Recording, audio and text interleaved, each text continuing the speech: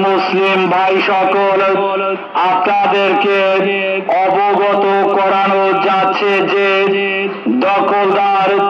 ইহুদিবাদী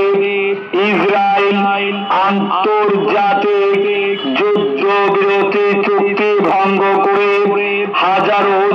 নবী রাসূলদের জন্মস্থান পূর্ণভূমি ফিলিস্তিনের গাজা উপত্যকায় ব্যাপকভাবে বোমা ও রকেট হামলা করে লাখো ফিলিস্তিনি মুসলমান নারী, পুরুষ ও শিশুকে হত্যা করে চলছে। বোমা হামলায় মুসলমানদের সাবেক কিবলা